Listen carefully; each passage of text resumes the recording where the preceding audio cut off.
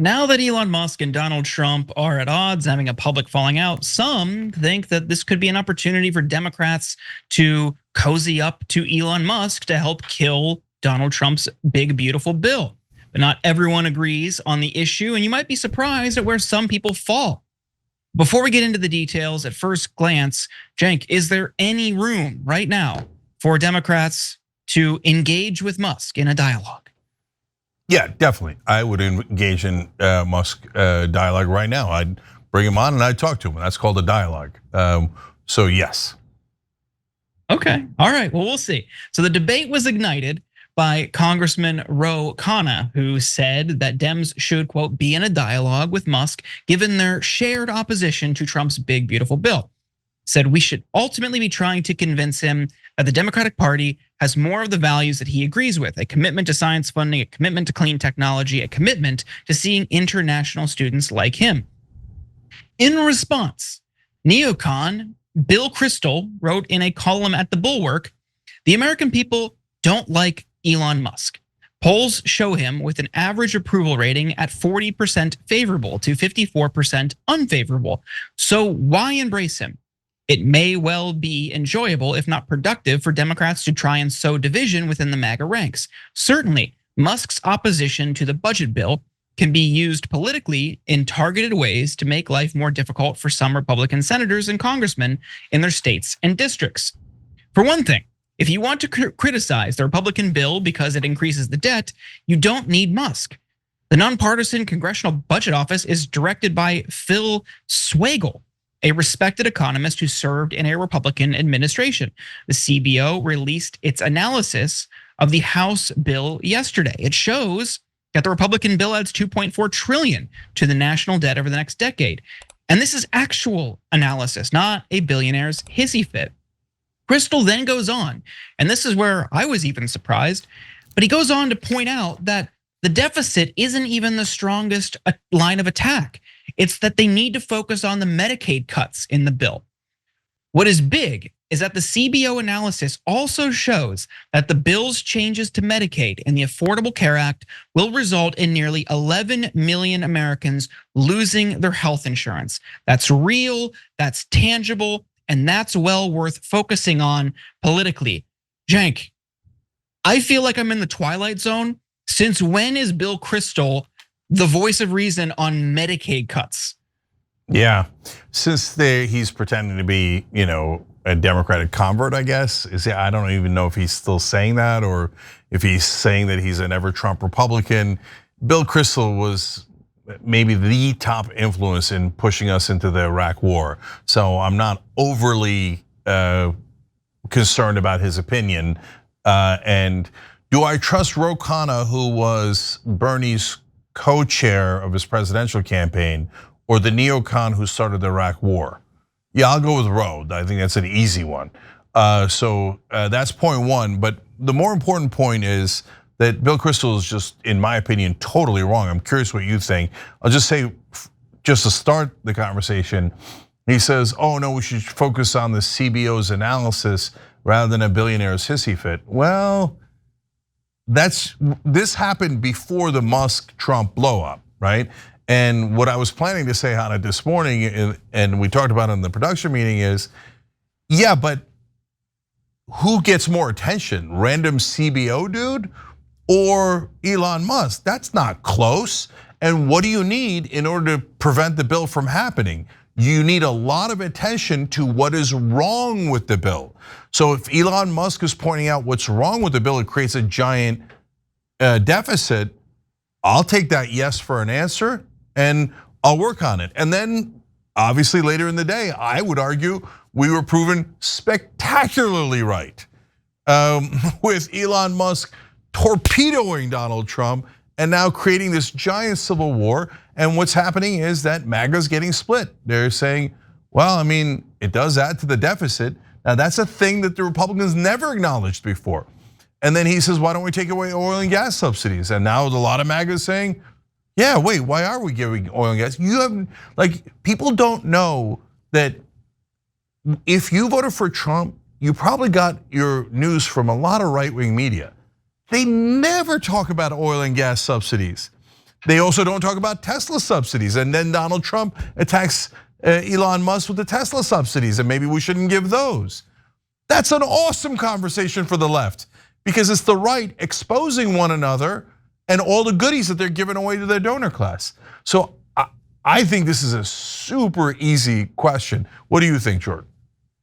I mean, I am with, not as like a person or an ideology, but I think what Kristol identifies, let them fight it out and let that division happen. Yes, strategically, like you're saying, I think I'm with you there. Go like amplify some of the elements, oil and gas subsidies, EV subsidies, okay, sure.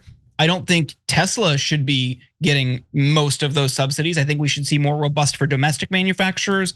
Biden tried to do that through the Build Back Better plan for unionized shops. That's great. Tesla notoriously not unionized. I don't, in fairness, I think we're having a totally different conversation now than we would have had if it was 12 hours ago.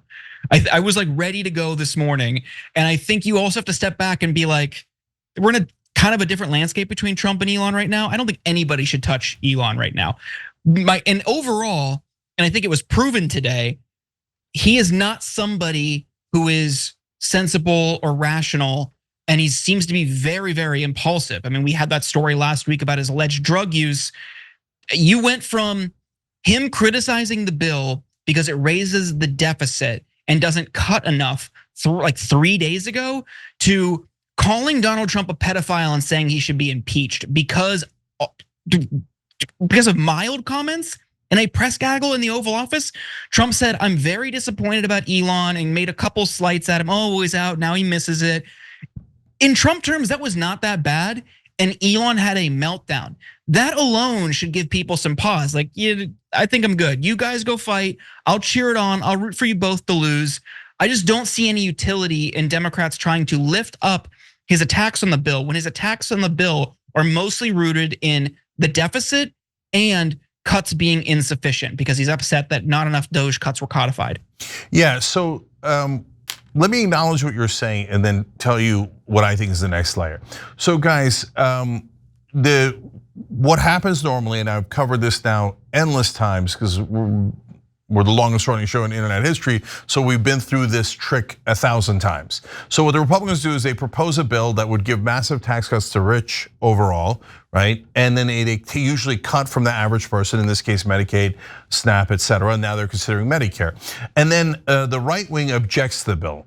The Democrats usually are useless, they never do anything, they never object, and they always lose, and the bill always passes, right? So they're almost never relevant. So, but the right wing, Tea Party, or in this case, Elon Musk, Rand Paul, et cetera, come in and go, oh no, I object to the bill. Why? It's not right wing enough.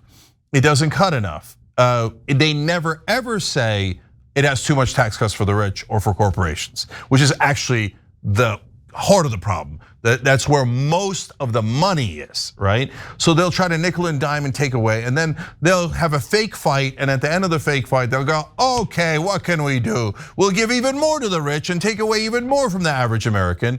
And so those are useless fake fights, and so you don't wanna encourage like the right wing in that kind of fake fight, because they're never ever going to do anything positive. All they're going to do is cut more, right, from the average guy. So in this case, what I sensed was, no, this one's different. It's the entire playbook is the same. Rand Paul is saying, oh my God, we've got to make sure that we don't touch the tax cuts. He's like, I would just vote on the tax cuts, period. Well, that would create a bigger deficit. That would put a $3.6 trillion hole in the budget instead of a $2.4 trillion hole in the budget. So that's even worse, right? So that's the normal Tea Party right-wing play, right? But Elon Musk is a giant wild card. And to Jordan's point, he's impulsive. So if you keep egging him on, like, oh yeah, no, it does create a big deficit. First of all, what's happening? MAGA, for the first time in their lives, is having a debate about the deficit under a Republican president. Normally what happens is Republicans, when there's a Democratic president, they're like, oh my God, the deficit is the debt, cut, and don't give anything to the average American, don't give anything to them, right? And then a Republican comes in and goes, oh, I'm gonna do a $250 billion tax cut for the rich, but don't worry, I cut from the poor and from the middle class. And then Republicans, I don't see the deficit. I don't see the debt. I don't see it at all, right? But now they're seeing it because Elon Musk has this giant megaphone and he's going, it's gonna add to the deficit. I wanna encourage that. That is true. And I want right wingers to know that. And I want independents, most of all, to know that. And now that they've had such a spectacular fight, people are all gonna notice at the end, yes, this added trillions to the deficit, and it was the Republicans, and it was Donald Trump who did it, and it was the tax cuts for the rich that did it. And then they start pointing out the subsidies. My God, the subsidies have never been exposed. Corporate subsidies have been leeching off of the American people for decades. We scream about it on the Young Turks. We've got where'sOurCut.com that's saying, hey, Elon, if you're gonna get subsidies to Tesla, where's our cut? That's the American taxpayer is making an investment into you. Then we should at least get equity from Tesla. And we never have that conversation. But now since they're fighting, Elon's going, how about the oil and gas subsidies? Yes, finally someone's talking about ExxonMobil robbing us. That's $30 billion a year that goes to oil company subsidies for no reason. And then Trump's like, oh yeah, how about the Tesla subsidies? Good, perfect, have that fight, air it out so that independents and a lot of the right wing for the first time in their lives realize the robbery that their own party's pulling off. That's why, Jordan, I don't care about personalities. I don't care if Elon Musk is a good guy, bad guy. Saying that I agree with him on the oil and gas subsidies doesn't mean that I love him. I don't know, there's this problem that is where people think if you say that you agree with him on anything, that must mean that you support him completely, which is such an obvious logical fallacy that it hurts my head. So I just don't see a downside here at all. I mean, I just don't think it's a smart strategy when you have others who are directly involved in the legislative process who share your concerns on things that are more meaningful, impactful, and tangible for working people. So you have Josh Hawley, Susan Collins, Lisa Murkowski, John Curtis, Tom Tillis, and to some extent, Joni Ernst, who have all in one form or another expressed concerns about this bill's either cuts to Medicaid and changes to Medicaid and the impact it'll have on their constituents. In Susan Collins' case, in addition to that, rural hospitals, and then in John Curtis and Tom Tillis, green energy credits, because a lot of their constituents have those types of jobs through wind farms or solar farms. So they're worried about those aspects as well. I think leaning into that also pays dividends for us because, hey, this is an issue that we care about. We can share in that messaging, add to it, versus trying to agitate for more cuts or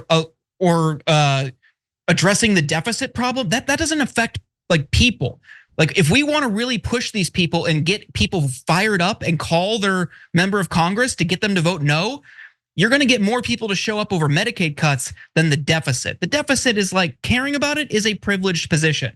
Someone who's extremely wealthy would care about that. Someone who's in finance would care about that. Working people or the working poor who rely on Medicaid, that's what matters to them. It's like a hierarchy of needs thing.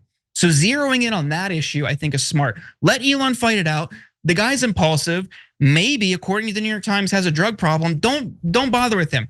I'm not saying you should criticize his attacks on the bill or take the opposite stance, but you've got others who are going to be voting on it that you need to lean into that specific issue. That's the better strategy in my opinion. Yeah, I don't see the difference at all. Joni Ernst says despicable things, believes despicable things.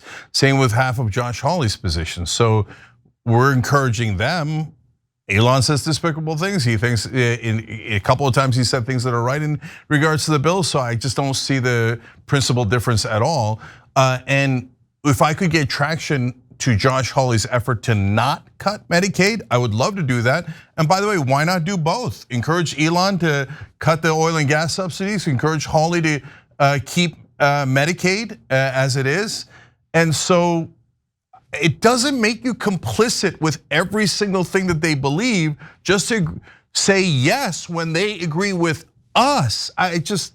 It's so frustrating to me. And now Charlie Kirk did a poll. I'll give you a sense of how the right wing is thinking about it. Over 100,000 votes.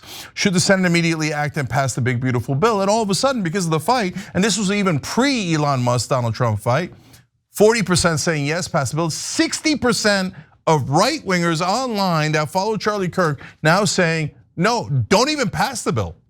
Don't even pass it. Am I gonna encourage that? Hell yeah, I'm gonna encourage that. And if someone says, oh, you agreed on one or two things with a naughty guy, yeah, okay. Then you know what? I'm less pure, okay? And I'll take the win and I'll take the yes.